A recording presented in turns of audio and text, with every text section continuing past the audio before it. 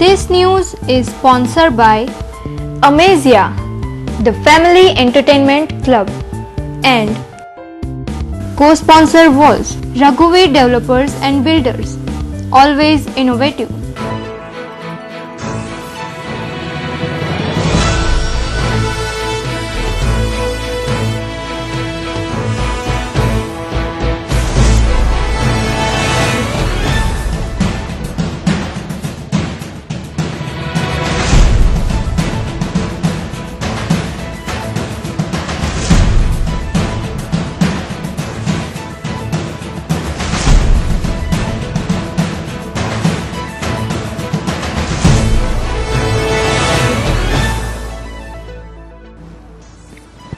નમસ્કાર દર્શક મિત્રો, દિવસભરની ઘટના એ ઘટનાનું વિશ્લેષણ અને વિશ્લેષણમાંથી હિન્દ ટીવીનો સાચો સમજવાનો પ્રયાસ. હું રાકેશ આપનું હિન્દ ટીવીના સમાચારમાં સ્વાગત કરું છું. સમાચાર શરૂ કરતા પહેલા એક નજર કરીએ અત્યાર સુધીના મુખ્ય સમાચારો પર.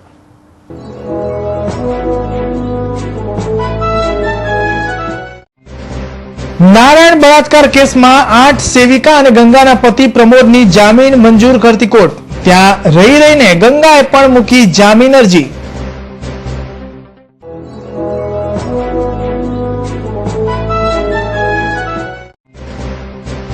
નારાયણ સાંઈને ધરપકડ કરવા કમિશનરે આપ્યું નિવેદન. એક જગ્યાએથી બીજી જગ્યાએ જવા નારાયણ કરી રહ્યો છે હેલિકોપ્ટરનો ઉપયોગ.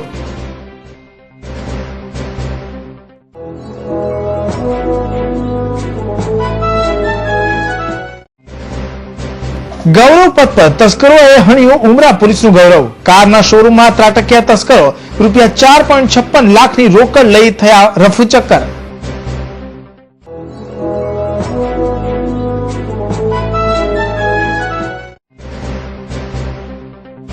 લક્ષ્યાંક પાર પાડવા આવકવેરા વિભાગનો ધમધમાટ. ઉત્તરાયણ પર્વત પાટા બિલ્ડરોને ત્યાં દરોડાથી ડરી બિલ્ડરો ભાગ્યા.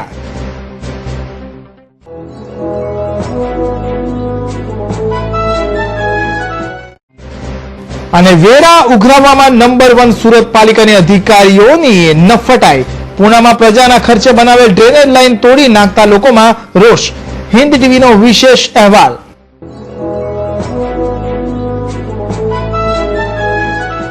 નારાયણ સાંઈના બળાત્કાર કેસમાં પોલીસે સાંઈની સેવિકા ગંગા અને તેના પતિ પ્રમોદની ધરપકડ કરી હતી. તેમજ અન્ય 8 સેવિકાઓની પણ ધરપકડ કરી હતી. 8 સાધિકાઓ સહિત પ્રમોદના જામીન શુક્રવારે કોર્ટે મંજૂર કર્યા હતા. સુરત કોર્ટમાં શુક્રવારનો દિવસ નારાયણ સાંઈના બચાવ પક્ષના વકીલનો રહ્યો. શુક્રવારે નારાયણ સાંઈ કેસમાં બચાવ પક્ષના વકીલ ગંગાના પતિ પ્રમોદ મિશ્રા સહિત ગંભોઈથી પકડાયેલી 8 સાધિકાઓને जामीन पर मुक्त કરવામાં सफल रहा. आज नारायण साई प्रकरण में हमारे लिए अहम दिन रहा, क्योंकि इसमें जो प्रमोद मिश्रा जो थे, वो जो गंगा के पति है, उनकी भी पुलिस ने धरपकड़ किया था. उनका 3 दिन का पुलिस कस्टडी लिया था. फिर बाद में उनको ज़्यादा ही पुलिस कस्टडी की उन्होंने मांग किया था, जो नामदार चीफ जुडिशियल मैजिस्ट्रेट साहब ने नामंजूर किया था. फिर उन लोगों ने नामदार सेशन कोर्ट में रिमांड रिवीजन अर्जी पेश किया था. वो रिमांड रिवीजन अर्जी भी नामदार सेशंस कोर्ट ने खारिज कर दिया. प्रमोद मिश्रा को भी जमानत देने का ऑर्डर किया. और इसमें जो 8 सेविका थी जो गंभोई आश्रम से उनकी धरपकड़ किया था, वो सेविकाओं को भी हमने जमानत अर्जी रखी थी. उनको भी जमानत पे नामदार सेशंस कोर्ट ने रिहा कर दिया. सेविकाओं के लिए जो उनके नामदार कोर्ट ने जो वर्डिक्ट दिया था, उसमें उनकी जो बलात्कार का जो गुनाह है, उसमें उनकी कोई भूमिका दिखाई नहीं पड़ी. पुलिस पेपर से नामदार कोर्ट ने भी नोट डाउन किया है. और उनके सामने इतना ही आक्षेप है कि इसात समझने के लिए जब वो फरियादन हिम्मतनगर गई थी, वो उस टाइम पे नाइट में जहाँ पे वो संबंधी के यहाँ वहाँ पे रुकी थी, वहाँ पे पत्थर मारा हुआ था. उसमें सेविकाओं की संडोवनी करके पुलिस ने उनको धरपकड़ बताई. लेकिन नामदार कोर्ट ने हमने जो दलील रखी थी और हमने जो तकरार उठाई थी कि वो भी जो बना हुआ वो हिम्मतनगर में हुआ था, उसमें वहाँ पे उन्होंने कोई कंप्लेंट नहीं की थी और वो सूरत जुरिडिक्शन में नहीं आता है, तो इसलिए ये गुनाह में उनकी गलत संडोवनी है. वो नामदार कोर्ट ने हमारी जो तकरार थी, हमारे दलील के मुद्दे ध्यान में रख के वो 8 सेविकाओं को भी जमानत अर्जी मंजूर कर दिया है. તો ગુરુવારે નારાયણ સાંઈની આગોતરા જામીન અરજી નામંજૂર થયા બાદ હવે સાંઈના લીગલ સલાહકારોની સલાહ લઈને હાઈકોર્ટમાં આગોતરા માટે અરજી કરાવી કે કેમ તે અંગે વિચાર વિમર્શ ચાલી રહ્યો છે। नारायण साई की अग्रिम जमानत अर्जी जो नामंजूर कर का कल नामदा कोर्ट ने फैसला सुनाया था, उनके जो भी है पूरे पेपर्स हम लोगों ने निकाले हैं। वो पेपर्स का भी हम अभ्यास कर रहे हैं और उसमें नामदा गुजरात हाई कोर्ट में वो पिटीशन फाइल हो सकती है कि नहीं, वो वहाँ पे जो नामदा गुजरात हाई कोर्ट के जो लॉयर है और उनके भी जो लॉयर है दूसरे जो कानूनी सलाहकार है वो इसमें सलाह मशवरा करके इसमें कोई आगे की बात सोच सकते हैं। જામીનની આ કામગીરી વચ્ચે અગાઉ ગંગાની જામીન અરજી મુકાઈ ન હોવાની ચર્ચાએ ભારે જોર પકડ્યું હતું। જો કે શુક્રવારે ગંગાના જામીન માટે બચાવ પક્ષ દ્વારા અરજી કરવામાં આવી છે અને હવે આ અંગે કોર્ટમાં સુનાવણી ચલાશે। और इसमें ये जो जहांगीरपुरा पुलिस स्टेशन का जो गुना है, इसमें गंगा की भी पुलिस ने धरपकड़ किया था। 10 दिन की उनकी पुलिस कस्टडी लिया था। उनकी भी जमानत अर्जी हम लोगों ने नामदार सेशंस कोर्ट में दाखिल करवाया है। उनकी सुनवाई कल की रोज होने वाले की पूरी संभावना है, कल उनकी सुनवाई है।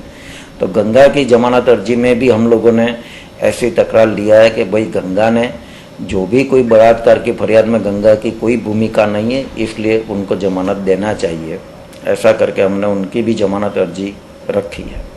हाल तो नारायण साई અને ગંગાના જામીનને બાદ કરતા અન્ય તમામ આરોપીઓને જામીન મુક્ત કરાવવામાં બચાવ પક્ષના વકીલ સફળ રહ્યા છે।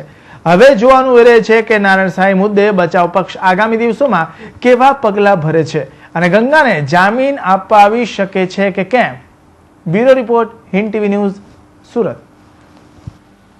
સુરત શહેરની સાથે સાથે સુરત જિલ્લામાં પણ શાળા આરોગ્ય તપાસણી કાર્યક્રમ અંતર્ગત સુરત જિલ્લાના આરોગ્ય વિભાગ દ્વારા 3,67,972 થી વધુ ભૂલકાઓની આરોગ્યની તપાસ કરવામાં આવશે। સુરત જિલ્લા પંચાયતની આરોગ્ય શાખા દ્વારા દર વર્ષે યોજાતા શાળા આરોગ્ય તપાસણી કાર્યક્રમ અંતર્ગત આ વર્ષે પણ સુરત જિલ્લામાં 22/11/2013 થી 16/1/2014 દરમિયાન મહાઅભિયાનનું આયોજન કરવામાં આવ્યું છે। 1242 પ્રાથમિક શાળાઓ, 193 માધ્યમિક શાળાઓ, 1516 જેટલી આંગણવાડીઓમાં કુલ 3,67,972 જેટલા બાળકોના આરોગ્યની તપાસણી કરવામાં આવશે। ગ્રામ્ય કક્ષાએથી 534 આરોગ્ય ટીમો બનાવી નક્કી કરેલા પ્રોગ્રામ મુજબ દરેક શાળાના તમામ બાળકોના આરોગ્યની ચકાસણી કરવામાં આવશે। જરૂરિયાતમંદ બાળકોને સ્થળ પર જ સારવાર આપવામાં આવશે। વધુ જણાય તો સિવિલ હોસ્પિટલ સુરત તથા રાજ્ય કક્ષાની અન્ય હોસ્પિટલમાં રિફર કરવામાં આવશે, જ્યાં વિનામૂલ્યે સારવાર આપવામાં આવશે। નાના બાળકોમાં થતી સામાન્ય બીમારીઓ જેવી કે એનિમિયા, આંતરકૃમિ તેમજ રતાંધણાપણું, દ્રષ્ટિની ખામી, નાક, કાન, ગળાના રોગો, ચામડીના રોગો વગેરે જેવી બીમારીઓનું પ્રાથમિક શાળા કક્ષાએ નિદાન કરી જરૂરી સારવાર આપી તેમને બીમારીઓથી મુક્ત કરવા, બીમારીઓથી બચવા માટે જાગૃતિ કેળવવાનો ઉદ્દેશ રહેલો છે।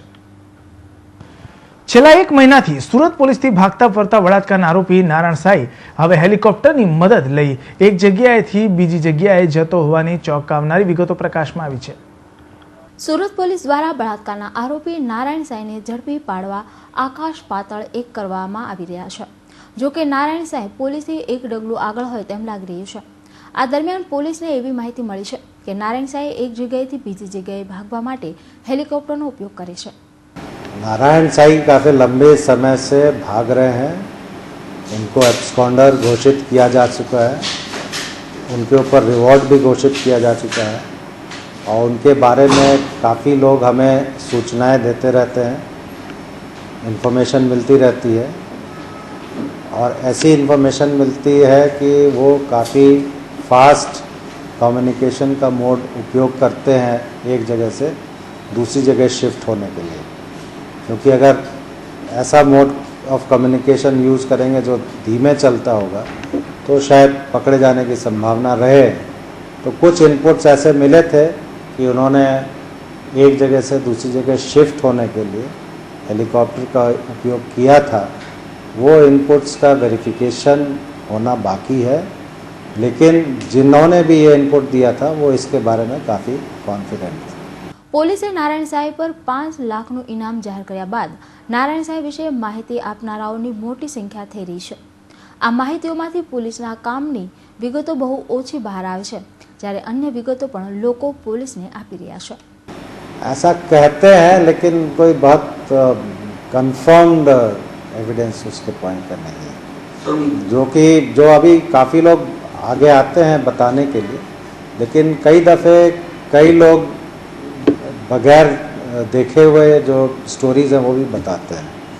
तो हेयर से एविडेंस का बहुत ज़्यादा इम्पोर्टेंस हमारे केस में है नहीं। આ દરમિયાન ગુરુવારે સુરત પોલીસે આશારામના અમદાવાદ ખાતેના મોઢેર આશ્રમમાં દરોડા પાડ્યા હતા, જ્યાં ગુરુવારે મોડી રાત સુધી દરોડાની કામગીરી ચાલુ હતી। આ કામગીરી દરમિયાન સુરત પોલીસને 34 જેટલા હાર્ડ ડિસ્ક, 2 પેન ડ્રાઈવ અને 1 મેમરી કાર્ડ મળે છે।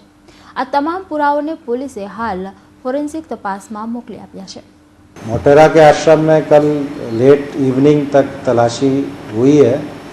वहाँ पे 34 हार्ड डिस्क, 2 पेन ड्राइव्स और 1 मेमोरी कार्ड और कुछ रेलेवेंट डॉक्यूमेंट्स सीज किए गए हैं।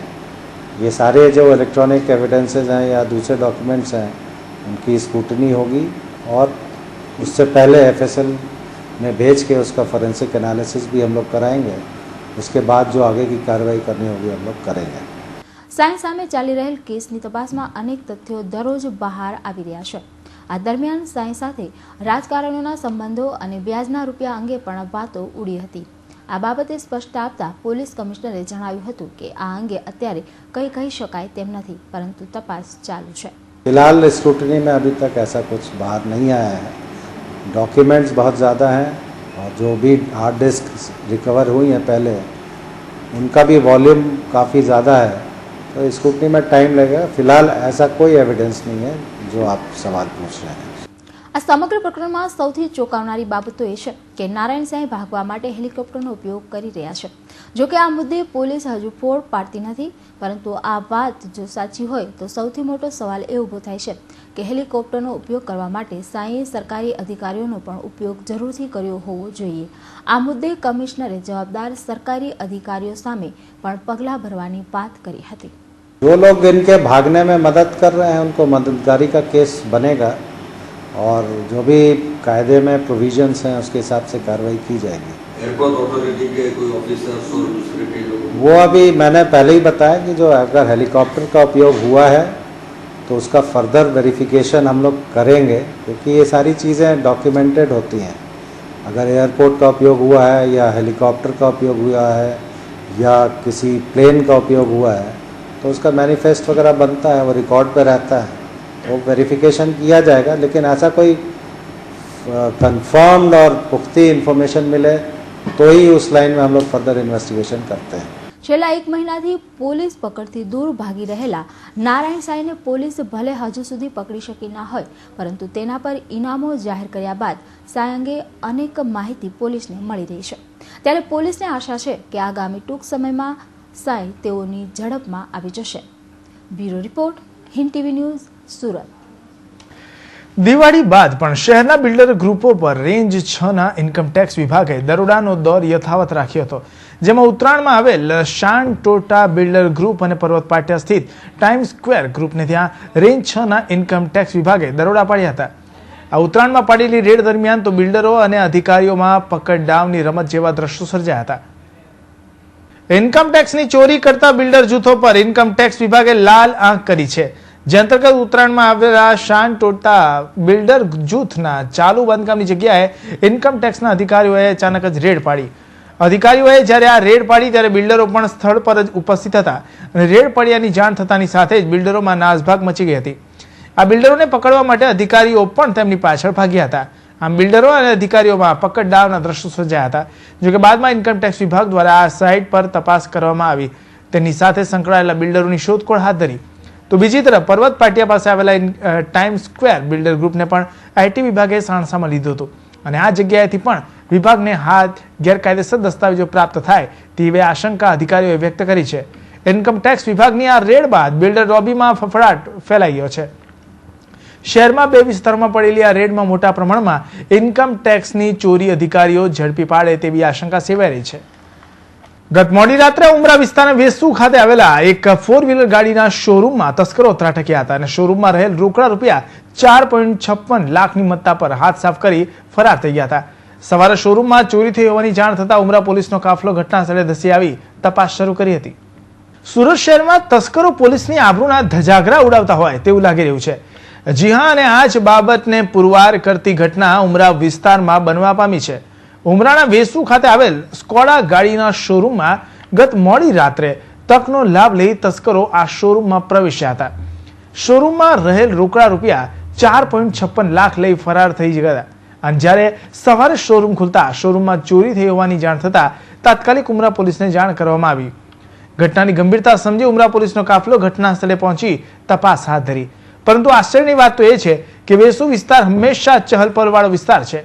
ત્યાં સતત પોલીસની અવરજવર રહે છે, પરંતુ તસ્કરોને જાણે પોલીસનો ખોફ જ ન રહ્યો હોય અને પોલીસની પેટ્રોલિંગના ધજાગરા ઉડાવી તસ્કરોએ આ સ્કોડા ગાડીના શોરૂમમાં પ્રવેશ કરી રોકડા રૂપિયા 4.56 લાખની મત્તા પર હાથ સાફ કરવામાં સફળ રહ્યા. ચોરીની ઘટના બાદ પોલીસે તસ્કરોને શોધવાની દિશામાં હાલ તો તપાસ શરૂ કરી. શોરૂમમાં રહેલા સીસીટીવી કેમેરાના ફૂટેજ તેમજ આસપાસના ફૂટેજો તપાસી તસ્કરોની ઓળખની દિશામાં કવાયત હાથ ધરી છે. Bureau report, Hind TV news, Surat. કુદરતી ડાયમંડ જેવો જ આકાર અને ચમક ધરાવતા મેન મેડ ડાયમંડ એટલે કે સિન્થેટિક ડાયમંડનું ઉત્પાદન હાલ સુરત શહેરમાં ચિંતાનો વિષય બન્યો છે. જોકે આ સિન્થેટિક ડાયમંડ અંગે વેપારીઓ તેમજ આમ લોકોમાં જાણકારી કે જાગૃતતા ન હોવાના કારણે તેઓ ઓરિજિનલ ડાયમંડના નામે છેતરાઈ શકે છે. જો હિન્દ ટીવી ન્યૂઝમાં સિન્થેટિક ડાયમંડનો આ એક વિશેષ અહેવાલ. વિશ્વ માટે ચિંતાનો વિષય બન્યો સિન્થેટિક ડાયમંડ. સિન્થેટિક ડાયમંડ છે માનવ સર્જિત. રિયલ અને સિન્થેટિક ડાયમંડની લેબોરેટરી છે સરખી. રિયલ કરતાં સિન્થેટિક ડાયમંડની કિંમત છે 40% ઓછી. આ ડાયમંડથી ગ્રાહકો છેતરાઈ શકે છે અને લેભાગુ વેપારીઓ સિન્થેટિક ડાયમંડનો લાભ પણ ઉઠાવી શકે છે. સુરત શહેર સહિત સમગ્ર વિશ્વ માટે આજે માનવ સર્જિત ડાયમંડ એટલે કે સિન્થેટિક ડાયમંડ ચિંતાનો વિષય બન્યો છે. કારણ કે આ સિન્થેટિક ડાયમંડ રિયલ ડાયમંડ જેવો જ દેખાવમાં અને હાર્ડનેસમાં સરખો હોવાથી રિયલ ડાયમંડ સાથે સિન્થેટિક ડાયમંડ ભેળવીને જ્વેલરીમાં ઉપયોગ કરી શકાય છે. જેથી આ સિન્થેટિક ડાયમંડ હાલ સુરત શહેર માટે ચિંતાનો વિષય બન્યો છે. સિન્થેટિક ડાયમંડ એટલે શું અને તેની પ્રોસેસ કેવી રીતે થાય છે તે સાંભળો ડાયમંડ એસોસિએશનના પ્રમુખ દિનેશભાઈ પાસેથી. મૂળના એવા એક વ્યક્તિએ સિંગાપુરની અંદર મોટા પાયે આનું મેન્યુફેક્ચરિંગ ચાલુ કરેલું છે અને એક અમેરિકાની અંદર આનું મેન્યુફેક્ચરિંગ થાય છે અને હાલ સુરતમાં પણ સચિન જીઆઈડી છે જે એક્સપોર્ટ પ્રમોશન ઝોન જે છે એની અંદર એક કંપની અત્યારે આનું ઉત્પાદન કરી રહી છે. આ ખરી રીતે આનું બંધારણ એની સ્ટ્રેન્થનેસ, એની લાઇટ, એનું ફાયરિંગ બધું ઓરિજિનલ ડાયમંડ જેવું સેમ હોય છે, પરંતુ આને ગેસ ચેમ્બરથી આ લોકો એનું ઉત્પાદન કરતા હોય છે. એમાં ડાયમંડની ચિપ્સ એટલે ઝીણી ઝીણી ચિપ્સો બનાવી ઓરિજિનલ જે ડાયમંડ હોય છે એની પટલી ચિપ્સો બનાવી અને એ ચિપ્સ ઉપર ગેસ છોડીને એનું જનરેટ થતું હોય છે અને એ જનરેટ થયેલો હીરો પછી માર્કેટની અંદર જે ઓરિજિનલ ડાયમંડની જે કંઈ પ્રોસેસ હોય છે એ પ્રોસેસ પ્રમાણે જ એમને તૈયાર કરવો પડતો હોય છે અને જ્યારે એ હીરો તૈયાર થઈ જાય ત્યારે સામાન્ય પબ્લિક અથવા નરી આંખે આપણે એમનો ફર્ક ન કરી શકીએ કે આ ઓરિજિનલ છે કે આ મેડ ડાયમંડ છે. કિંમતમાં 40% સસ્તા એવા સિન્થેટિક ડાયમંડને હાલ તો રિયલ ડાયમંડ સાથે જો ભેળવી દેવામાં આવે તો તેને ઓળખવો મુશ્કેલ બને છે. જોકે તેની ઓળખની દિશામાં હાલ કામગીરી ચાલુ છે. રોબોટ અને નવી ટેકનોલોજીના આધારે રિયલ ડાયમંડથી સિન્થેટિક ડાયમંડને અલગ તારવી શકાશે.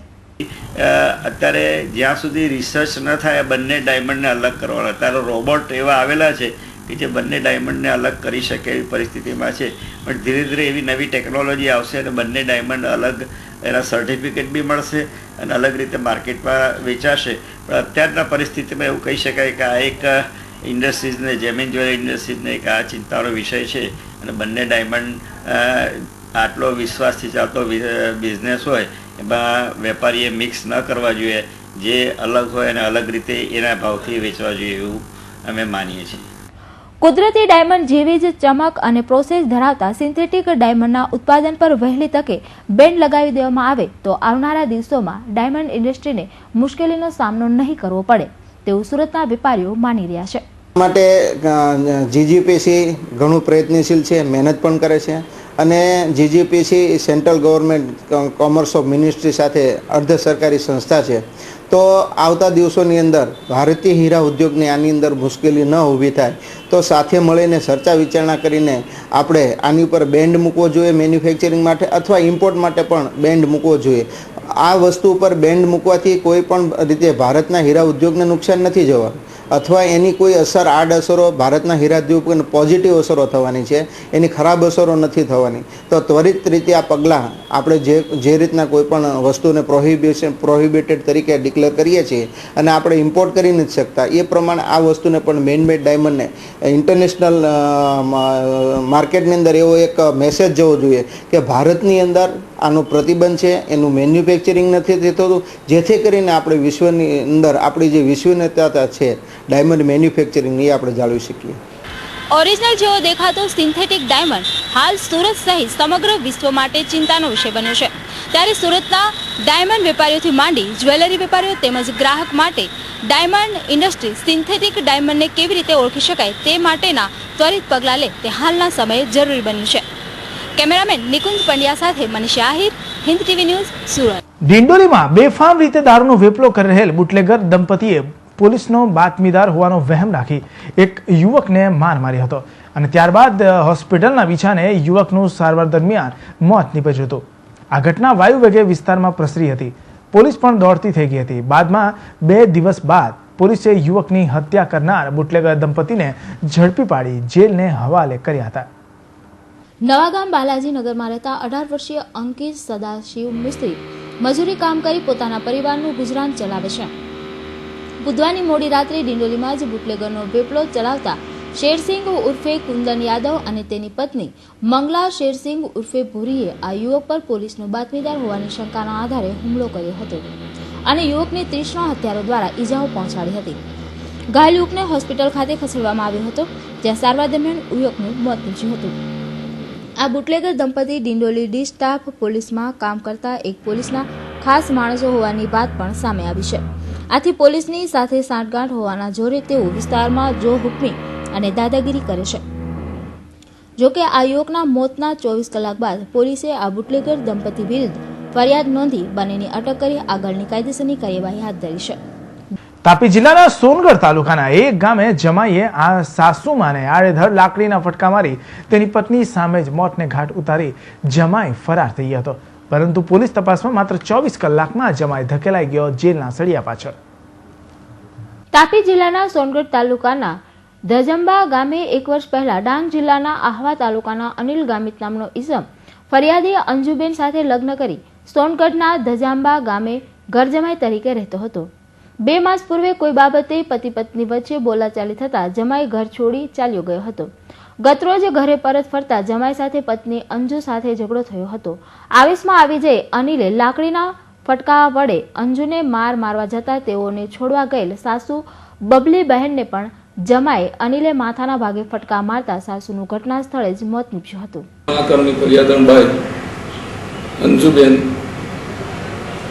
અંજુબેને 1 વર્ષ ઉપર પ્રેમ લગ્ન કરેલા. એ પ્રેમ લગ્ન કરનાર એનો પતિ અનિલભાઈ ગામિત, જે મૂળ બાજીપુરા તાલુકા હવાનો છે અને એ ઘરજમાઈ તરીકે ધજંબા ગામે રહેતો હતો. 2-2.5 માસ પહેલાં એની સાસુ સાથે એને ઝઘડો થતા એની સાસુ તથા એની પત્ની એને કાઢી મૂકેલો અને કાઢી મૂક્યા બાદ ગઈકાલ સાંજના 5 વાગ્યાના સુમારે એ ફરીથી પાછો આવેલો અને કીધેલું કે ભાઈ મારી ભૂલ થઈ ગઈ છે, મને માફ કરી દો, હું બીજી ફેર આવું નહીં કરું. તો એની પત્ની તથા સાસુએ કીધું કે ભાઈ તારે ને મારે કોઈ સંબંધ નથી, તમારે આવવું નહીં. જેથી એકદમ ઉશ્કેરાઈ ગયેલો અને નજીકમાં લાકડાનું બેટ જેવું લાકડું પડેલું હતું એ લાકડું ઉઠાવી અને એની પત્નીને 2 સપાટા મારી દીધા. તે વખતે એની સાસુ બબલીબેન, જેની ઉંમર 65 વર્ષની છે, એ વચ્ચે છોડાવવા પડેલી. તો એને પણ માથાના ભાગે તથા કપાળના ભાગે 2 સપાટા મારી દીધા, જેથી લોહી લુહાણ થઈને પડી ગયેલી. ઘટનાને કરુણ અંજામ આપ્યા બાદ હત્યારો ઘર જમાઈ પોલીસથી પકડાઈ જવાની બીકે ઘટના સ્થળેથી પલાયન થઈ ગયો હતો. આ ગોજારી ઘટનાની જાણ થતાં પોલીસને કરાઈ અને પોલીસ હત્યારા જમાઈને પકડવાના ચક્રો ગતિમાન કર્યા અને ગણતરીના કલાકોમાં જ હત્યારો ઘર જમાઈ આવી ગયો પોલીસના સકંજામાં. આ બાબતે અંજુબેને પોલીસ સ્ટેશનમાં ફરિયાદ નોંધાવેલી છે અને આરોપીને આજરોજ બપોરના 13-15 વાગે અટક કરવામાં આવેલ છે અને આગળની કાર્યવાહી ચાલુમાં છે. સગા ઘર જમાઈ સાસુની ક્રૂરતાપૂર્વક હત્યા કરી સાથે દીકરીને પણ ગંભીર રીતે જખમી કરી પલાયન થતા પંથકમાં ચકચાર મચી જવા પામી છે. હાલ હત્યારા જમાઈની પોલીસે અટક કરી આગળની કાયદેસરની કાર્યવાહી હાથ ધરી છે. ધવલ દરબાર, હિન્દ ટીવી ન્યૂઝ, તાપી. સલાબતપુરા વિસ્તારમાં એક જ દિવસમાં બે અલગ અલગ ઘટનાઓમાં ચોરો અને લૂંટારુઓએ પોતાનો કસબ અજમાવ્યો હતો, જેમાં તે પણ આ ચોરી અને લૂંટ મુસાફરના સ્વાંગમાં બેઠેલા ઈસમોએ જ પાર પાડી હતી. સલાબતપુરા પોલીસ મથકની હદમાં રિક્ષામાં ચોરી થવાની ઘટના હવે આમ બની છે. અમરોલી છાપરા ભાઠા રહેતા સુધાતકુમાર ડનપાણી પ્રધાન કમેલા દરવાજા ટેક્સટાઇલ માર્કેટમાં પોતાનું કામ પતાવી રિક્ષા કરી હતી. તે રિક્ષામાં પહેલેથી રિક્ષા ચાલક સાથે અન્ય 3 ઈસમો મુસાફર તરીકે બેઠા હતા અને રિક્ષા ચાલકે ખૂબ જ સ્થિરતાથી સુધાંત કુમારને મુસાફરના સ્વાંગમાં બેઠેલ ઈસમોની વચ્ચે બેસાડ્યા હતા. સુધાંત કુમારને ખબર ના હોય તે રીતે બાજુમાં બેઠેલ ઈસમે તેમના ખિસ્સામાંથી તેમની નજર ચૂકવી ₹10,000 શેરવી લીધા હતા. જે બાદ રિક્ષામાંથી ઉતર્યા બાદ તેઓએ પોતાના ખિસ્સા તપાસ કરતા રકમ ગાયબ હતી, જેથી રિક્ષામાં બેઠેલ ઈસમની શંકા જતા હરકત અંગે તેઓને ખ્યાલ આવ્યો હતો, જે સાથે તેઓએ સલાબતપુરા પોલીસ મથકમાં જાણ કરી રિક્ષા ચાલક અને 3 ઈસમો સામે ગુનો નોંધાવ્યો હતો. જે બાદ પોલીસે ફરિયાદના આધારે તપાસ શરૂ કરી છે. ત્યાં બીજી તરફ સલાબતપુરા વિસ્તારમાં મોડી સાંજે આવી જ ઘટના બનવા પામી છે, જેમાં પાંડેસરામાં રહેતા અને રિક્ષા ચલાવી પોતાનું ગુજરાન ચલાવતા અનિલકુમાર પટેલ રૂપમ સિનેમા પોતાની સવારી માટે ઊભા હતા. ત્યાં એક ઈસમ રિક્ષા ભાડે કરવા આવ્યો હતો અને તેને ઊન પાટિયા લઈ જવા કહ્યું, જ્યાંથી ફરાવી પરત રૂપમ સિનેમા પાસે આવેલ માછીવાડ ઝૂંપડપટ્ટી પાસેના એકાંતવાળી જગ્યાએ લઈ ગયો હતો, જ્યાં અચાનક જ પાછળ બેઠેલો મુસાફર રિક્ષા ચાલકની જગ્યાએ આવી ગયો હતો અને હાથમાં ચાકુ રાખી અનિલકુમારની ગરદન પર તેને મૂકી દીધું હતું અને તેને જાનથી મારી નાખવાની ધમકી પણ ગજવામાં રહેલ રિક્ષાના ધંધાના તમામ રૂપિયા આપી દેવામાં ધમકાવ્યો હતો, જેમાં અનિલકુમારે પોતાની પાસે રહેલ ₹1,000 તેમજ 2500ની કિંમતનો મોબાઈલ તેને પડાવી લીધો હતો. અચાનક મુસાફરના સ્વાંગમાં બેઠેલ શખ્સની લૂંટની હરકતથી અનિલભાઈ અવાચક થઈ ગયા હતા. જે બાદ અનિલભાઈને લૂંટી લઈ અજાણ્યો શખ્સ ત્યાંથી ભાગી છૂટ્યો હતો. જે બાદ નજીકમાં જ આવેલ સલાબતપુરા પોલીસ મથકે પોતાની સાથે બનેલી ઘટના અંગે ફરિયાદ નોંધાવી હતી, જે સાથે પોલીસે અજાણ્યા વિરુદ્ધ લૂંટનો ગુનો નોંધી તપાસ હાથ ધરી છે. આમ સલાબતપુરા વિસ્તારમાં એક જ દિવસમાં રિક્ષામાં લૂંટ અને ચોરીની ઘટનાએ પોલીસને દોડતી કરી મૂકી છે, પરંતુ આવી ઘટનાઓ આ વિસ્તારમાં સામાન્ય બની છે અને આ તરફ પોલીસની કામગીરી સામે પણ અનેક સવાલો ઊભા થઈ રહ્યા છે. Bureau report, Hind TV news, Surat. વેરા વસૂલવામાં રાજ્યમાં અગ્રેસર બનવાની હોડમાં સુરત મહાનગરપાલિકા સામે પક્ષે લોકોને આપવાની સુવિધા બાબતે અગ્રેસર આવશે કે કેમ, તે તો લોકોને પડતી હાલાકીની આ વ્યથા જોયા બાદ જ ખબર પડશે. શહેરના પૂર્ણા વિસ્તાર સાથે સુરત મહાનગરપાલિકાના વરાછા ઝોનને શું વાંધો છે, તે તો ઝોનના અધિકારીઓ જ જણાવી શકે. આ વિસ્તારમાં પાલિકા વિરુદ્ધની અનેક ફરિયાદો સમયાંતરે ઉઠતી રહે છે. પૂર્ણા વિસ્તારના બાલમુકુંદ સોસાયટીના લોકોને આવી જ કંઈક તકલીફ છે. અહીં સોસાયટી વાસીઓએ પોતાના ખર્ચે ડ્રેનેજ લાઇન નાખી હતી, પરંતુ રોડ બનાવવાના પાલિકાના ઇજારદારે આ ગટર તોડી નાખતા લોકોને ભારે હાલાકીનો સામનો કરવો પડી રહ્યો છે. અહીંયા ગટર લાઈન અમે અમારી જાતે બનાવીએ છીએ, છતાં એ લોકો પણ તોડી દે, પછી હાંધવા નથી આવતા. એનું શું કારણ? શું કીધું એ લોકોએ ગટર તોડી પછી? તમે શું કીધું? બનાવો તમારે ખર્ચે, એમ કે છે તમારે ખર્ચે બનાવો. તકલીફ તો આ રોડ ની જ છે અને ગટર ની છે. ગટરમાં હવારમાં જતા તો ગાડી અમારે ગટરમાં પડી ખાડામાં 3-4 જણા બોલાવીને હવારમાં 5:30 વાગ્યામાં બોલાવીને આપણે કાઢી. શું કીધું તમે એસએમસી વાળાને? ગટરમાં એમને ખુલ્લું પાણી જાય, બાળકો રમે એમાં પડે તો એમ બાળકોને શું દઈશા થાય? એક જણા ફ્રેક્ચર થઈ ગયું ગટરમાં, એક જણાનું ફ્રેક્ચર હોતે થઈ ગયું. પાલિકા અધિકારીઓની નફટાઈ તો ત્યારે સામે આવે છે જ્યારે ખુદ પાલિકાના અધિકારીઓ અહીં આવી લોકોને ધમકાવી જાય છે અને કહે છે કે ગટર લાઇન તમારે જાતે જ રિપેર કરવી પડશે, અન્યથા અહીં રોડનું કામકાજ પૂરું નહીં થાય. અમથું પણ પાલિકાના અધિકારીઓ ઇજારદારોના ખોળે બેઠેલ જ હોય છે, તેનો વધુ એક પુરાવો આ ઘટના પરથી ઉજાગર થાય છે. તકલીફમાં આ જે અત્યારે મહાનગરપાલિકા વાળા રોડ બનાવવા માટે આવ્યા છે, આ ટીપીનો રોડ છે, અમે વર્ષોથી અહીંયા અમારી ગટર લાઈન નાખેલી છે. અમે જાતે અમારા પૈસે નખાવેલી આ ગટર લાઈન છે, એ લોકોની તૂટી ગઈ છે, તોડી નાખી છે એ લોકોને જેસીબી અને ટ્રક ચાલીને. એટલે અમે કોન્ટ્રાક્ટરને રજૂઆત કરી કે ભાઈ અમારી ગટર લાઈન છે એ તમે પાછી જોઈન્ટ કરી આપો. એટલે પહેલાં અમને એણે એવું કીધું કે હા સારું, તમને 1-2 દિવસમાં અમે જોઈન્ટ કરી આપશું. પછી આજે 2 દિવસ પછી એણે એવું કીધું, મહાનગરપાલિકાના એક અધિકારી કોઈ પરમાર સાહેબ કરીને આવેલા અહીંયા, અને એણે અમારા સોસાયટીના જે પ્રમુખ હતા એને એવું કીધું કે આ ગટર હવે તમારા ખર્ચે તમારે જોડવી તો જોડી લ્યો, અમે કોઈ પણ સંજોગોમાં જોડવાના નથી, અને તમારે જ્યાં જવું હોય ત્યાં તમને રજૂઆત કરવાની છૂટ છે, અને એ તમારી રીતે જ તમારે જોડવી પડશે, અને નહીં જોડો તો અમે રોડનું કામ અટકાવી દેવું. એટલે આજે એ બપોરે રોડનું કામ બંધ કરી અને એ લોકો ચાલ્યા ગયા છે. અને બીજું, રોડ પણ એવી હલકી કક્ષાનો એ લોકો બનાવે છે કે જેટલા પ્રમાણમાં ખોદાણ કરવું જોઈએ એટલું ખોદાણ કરતા નથી. એની ઉપર ડસ્ટ પાવડર જે નાખવાનો હોય છે એ નથી નાખતા, સીધું જ કપચી નાખી અને એ લોકોએ એમનું કામ ચાલુ કરી દીધેલું છે. શહેરના લોકો પાસેથી વેરા અને કરની વસૂલાત કરવાની સામે મનપાની ફરજ બને છે કે લોકોને પ્રાથમિક સુવિધા આપવી. પૂર્ણાના લોકો છેલ્લા કેટલાય વર્ષોથી મનપાને ભારે રકમના કરવેરા ભરે છે, છતાં શહેરના અન્ય વિસ્તારોની સરખામણીમાં પૂર્ણાના રહીશો સાથે ઓરમાયું વર્તન કરવામાં આવે છે. તેનો એક વધુ પુરાવો સામે આવ્યો છે. કેમેરામેન હિરણ્યમા સાથે bureau report, Hind TV news, Surat. Adajan વિસ્તાર આમ તો શાંત વિસ્તાર માનવામાં આવે છે, પરંતુ આ જ શાંત વિસ્તારમાં તસ્કરો અને ખાસ કરીને ચેન સ્નેચરો માટે જાણે મોકળું મેદાન હોય તેમ લાગી રહ્યું છે. જેમાં વધુ એક મહિલાના ગળામાંથી સોનાની ચેન તોડાવવાની ઘટનાએ અડાજણ પોલીસની કામગીરી સામે સવાલો ઉભા કર્યા છે.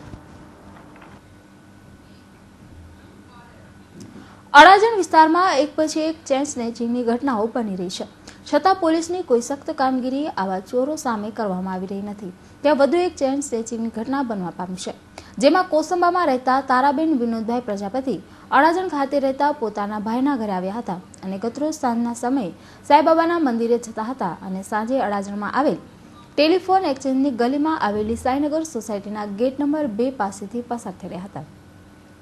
ત્યારે અચાનક જ પાછળથી મોટરસાયકલ પર સવાર 2 અજાણ્યા ઈસમો પૂર ઝડપે તેમની પાસેથી પસાર થયા અને તારાબેનને ગળામાં પહેરેલી સોનાની 1.5 તોલાની ચેન અને પેન્ડલ તોડી પલભરમાં ફરાર થઈ ગયા હતા. અચાનક બનેલી ઘટનાથી સમજ આવે તે પહેલા તો ચાલક ચેન સ્નેચરો બાઇક પર ચીલ ઝડપે હવા થઈ ગયા હતા. આ ઘટના બાદ તારાબેને અડાજણ પોલીસ મથકમાં બંને અજાણ્યા બાઇક સવારો વિરુદ્ધ ફરિયાદ નોંધાવી હતી અને પોલીસે ઘટના સ્થળે જઈ તે વિસ્તાર અને તેની આજુબાજુના વિસ્તારોમાં લગાડેલ સીસીટીવી કેમેરાના ફૂટેજ પણ ચેક કર્યા હતા, જેમાં બંને ચેન સ્નેચરોની છબી કેમેરામાં ઝડપાઈ ગઈ હતી. આથી પોલીસે આ બંને આરોપીને શોધવાની દિશામાં ચક્રો ગતિમાન કર્યા છે. અત્રે ઉલ્લેખનીય છે કે અડાજણમાં આવી ઘટનાઓ હવે સામાન્ય બની છે અને ખાસ આ કેસમાં આ ઘટના બની ત્યાંથી અડાજણ પોલીસ સ્ટેશન થોડા જ અંતરે આવ્યું છે, જેથી એમ કહી શકાય કે ચેન સ્નેચરો પોલીસ મથક નજીકમાં પણ સરળતાથી ચોરી કરવામાં અચકાતા નથી. Bureau report, Hind TV news, Surat. દિવાળીના 21 દિવસના વેકેશન બાદ શુક્રવારથી ફરીથી શહેરની શાળા કોલેજો ધમધમતી થઈ ગઈ છે. સોમવારના દિવસથી કોલેજોની પરીક્ષાઓ ચાલુ થઈ હોવાથી વિદ્યાર્થીઓ પણ આવનારી પરીક્ષાઓની તૈયારીમાં લાગી ગયા છે. દિવાળીના તહેવારથી શરૂ થયેલ 21 દિવસના વેકેશન બાદ શુક્રવારથી ફરીથી કોલેજો અને શાળાઓ પણ શરૂ થઈ ગઈ છે. શુક્રવારની સવારથી શહેરની શાળાઓ અને કોલેજો રાબેતા મુજબ કાર્યરત થઈ ગઈ હતી. 21 દિવસ બાદ ફરી સ્કૂલ બસો શહેરના માર્ગો પર દોડતી થશે. શહેરની શાળાઓની સાથે સાથે વીર નર્મદ દક્ષિણ ગુજરાત યુનિવર્સિટીની સલંગ કોલેજો પણ શુક્રવારથી શરૂ થઈ ગઈ છે. યુનિવર્સિટીના વિવિધ વિભાગો પણ વિદ્યાર્થીઓથી ધમધમતા થઈ ગયા છે. કોલેજના દ્વિતીય શૈક્ષણિક સત્રના પ્રારંભ સાથે જ આગામી સોમવારથી આર્ટ્સ અને કોમર્સ કોલેજો સહિત અન્ય શાખાઓની પરીક્ષાઓ પણ શરૂ થતી હોવાથી વિદ્યાર્થીઓ પરીક્ષાઓની તૈયારીઓમાં લાગી ગયા છે. પ્રથમ સત્ર પૂરું થયું અને આજથી 21 દિવસના દિવાળીના વેકેશન પછી બીજું સત્ર ચાલુ થયું છે, જ્યારે શાળામાં વિદ્યાર્થીઓની સંખ્યામાં લગભગ 50% જેવા બાળકો નાના ધોરણમાં ઓછા, જ્યારે મોટા ધોરણમાં થોડા વધારે જોવા મળે છે. શુક્ર શનિ પછી સોમવારથી લગભગ શાળા રાબેતા મુજબ થશે એવું જણાઈ રહ્યું છે અને બીજા સત્રમાં બાળકો પોતાનું પાછી પ્રવૃત્તિમય બની અને કાર્યરત બનશે એવું હમણાં તો લાગી રહ્યું છે. બીજા સત્રમાં અમારે વાર્ષિકોત્સવ અને અન્ય થોડી પ્રવૃત્તિઓ આવશે. ઘણી ખરી પ્રવૃત્તિઓ પ્રથમ સત્રમાં કરાવાઈ ગઈ છે, એટલે બીજા સત્રમાં વાર્ષિકોત્સવને આવરી લઈશું. આભાર. દિવાળી ખરીદીની સુરતના જ્વેલરી માર્કેટમાં કોઈ ખાસ ચમક જોવા મળી ન હતી, પરંતુ ક્રિસમસના તહેવારને લઈ જ્વેલરી બજારમાં ખરીદીનો માહોલ જામી રહ્યો છે. અને આ માટેની તૈયારીઓમાં જ્વેલરી વેપારીઓ લાગી ગયા છે. જ્વેલરી નગરી સુરત શહેર હવે ધીરે ધીરે જેમ એન્ડ જ્વેલરી સેક્ટરનું હબ બની રહ્યું છે. સુરતમાં પહેલા ફક્ત ડાયમંડનું જ મેન્યુફેક્ચરિંગ થતું હતું. જો કે હવે ડાયમંડ ઉપરાંત જ્વેલરીનું પણ સુરત ખાતે મેન્યુફેક્ચરિંગ થતાં સમગ્ર ભારત સહિત વિશ્વમાં પણ સુરતની જ્વેલરી વપરાય છે. ત્યારે નજીકના દિવસોમાં વિશ્વનો સૌથી મોટો ફેસ્ટિવલ ક્રિસમસ આવતો હોય તેની તૈયારીઓ સુરતના જ્વેલરી બજારોમાં શરૂ થઈ ગઈ છે. હિન્દુઓ જેટલું દિવાળી પર્વને મહત્વ આપે છે તેટલું જ મહત્વ હવે ક્રિસમસ ફેસ્ટિવલને આપતા હોવાથી આ દિવસોમાં જ્વેલરીની માંગ વધી જાય છે. અને આવનાર સમયની અંદર જ્યારે સોનાના ભાવ વધવાની પૂરેપૂરી શક્યતા છે એટલે ઇન્વેસ્ટર વર્ગ પ્લસ ક્રિસમસની અંદર હિન્દુઓ પણ આજે ક્રિસમસની તહેવારને અને દિવાળીની જેટલી જ અગત્યના ગણે છે. અને ક્રિસમસ એ આખા દુનિયાની અંદર સૌથી મોટામાં મોટો ફેસ્ટિવલ કહેવાય છે. એવા સંજોગોની અંદર આ વખતે સુરત શહેરની અંદરથી જે જ્વેલરી એક્સપોર્ટ થશે અથવા તો ડોમેસ્ટિક માર્કેટમાં વેચાશે એનો મોટો ભાગનો યશભાગ સુરત ખાતે રહેશે અને સુરતને ખૂબ મોટો બિઝનેસ મળશે એવી અપેક્ષા અમે રાખીએ છીએ. યુરોપ અમેરિકાની સ્થિતિ પણ હવે ધીરે ધીરે સુધારા તરફ જઈ રહી છે. ઉપરાંત ક્રિસમસના તહેવારોને લઈને પણ સુરતના મોટા ભાગના જ્વેલરી વેપારીઓને ઇન્ટરનેશનલ માર્કેટના સારા એવા ઓર્ડરો પણ મળી રહ્યા છે.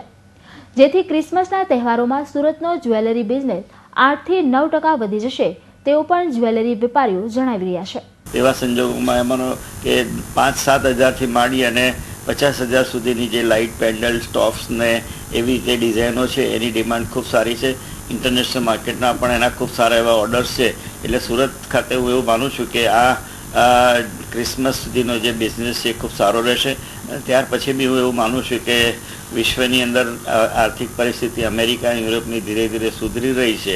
તેવા સંજોગોમાં પરદેશના પણ ખૂબ સારા ઓર્ડર્સ સુરતના જ્વેલરોને મળશે અને એ પ્રમાણે સુરત જ્વેલરીનું ક્ષેત્રે ખૂબ મોટું પોતાનું યોગદાન આપશે. આપણે વર્ષે લગભગ 2,00,000 કરોડ રૂપિયાનું ડાયમંડનું એક્સપોર્ટ કરીએ છીએ પણ જ્વેલરી અત્યારે 2 થી 5% વધારે આપણે નથી કરતા. પણ હું એવું માનું છું કે આ ક્રિસમસ અને અપ ટુ માર્ચ એનો સ્લેબ વધશે અને એ 5% થી 8-9% સુધી પહોંચી શકે એવી પૂરેપૂરી શક્યતાઓ. ક્રિસમસના તહેવારોમાં ખાસ કરીને લોકો લાઇટ વેઇટ જ્વેલરીને વધારે પસંદ કરી રહ્યા છે અને ક્રિસમસના તહેવારોને લઈને પરદેશ અને ડોમેસ્ટિક ઓર્ડરો પણ સુરતના જ્વેલરી વેપારીઓને મળી રહ્યા છે.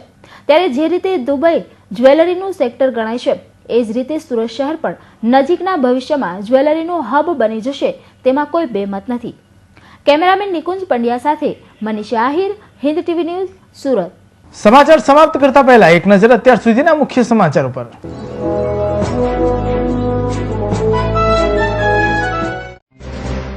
નારાયણ બળાત્કાર કેસમાં 8 સેવિકા અને ગંગાના પતિ પ્રમોદની જામીન મંજૂર કરતી કોર્ટ. ત્યાં રહી રહીને ગંગાએ પણ મૂકી જામીન અરજી.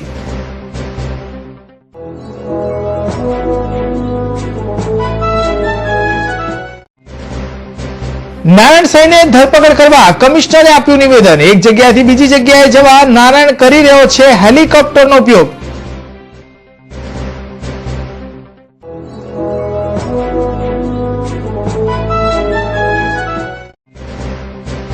ગૌરવ પથ પર તસ્કરોએ હણ્યું ઉમરા પોલીસનું ગૌરવ. કારના શોરૂમમાં ત્રાટક્યા તસ્કરો. રૂપિયા 4.56 લાખની રોકડ લઈ થયા રફુચક્કર.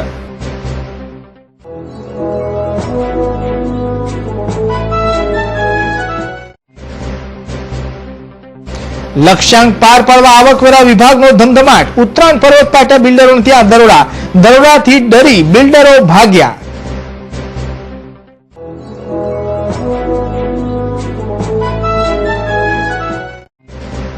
અને વેરા ઉઘરાવવામાં નંબર 1 સુરત પાલિકાની અધિકારીઓની નફટાઈ. પૂનામાં પ્રજાના ખર્ચે બનાવેલ ડ્રેનેજ લાઈન તોડી નાખતા લોકોમાં રોષ. હિન્દ ટીવીનો વિશેષ અહેવાલ.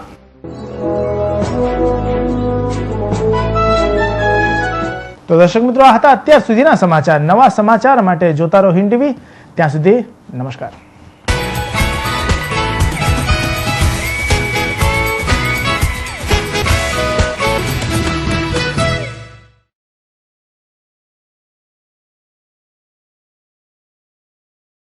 This news is sponsored by Amazia, the Family Entertainment Club, and co-sponsor was Raghuveer Developers and Builders.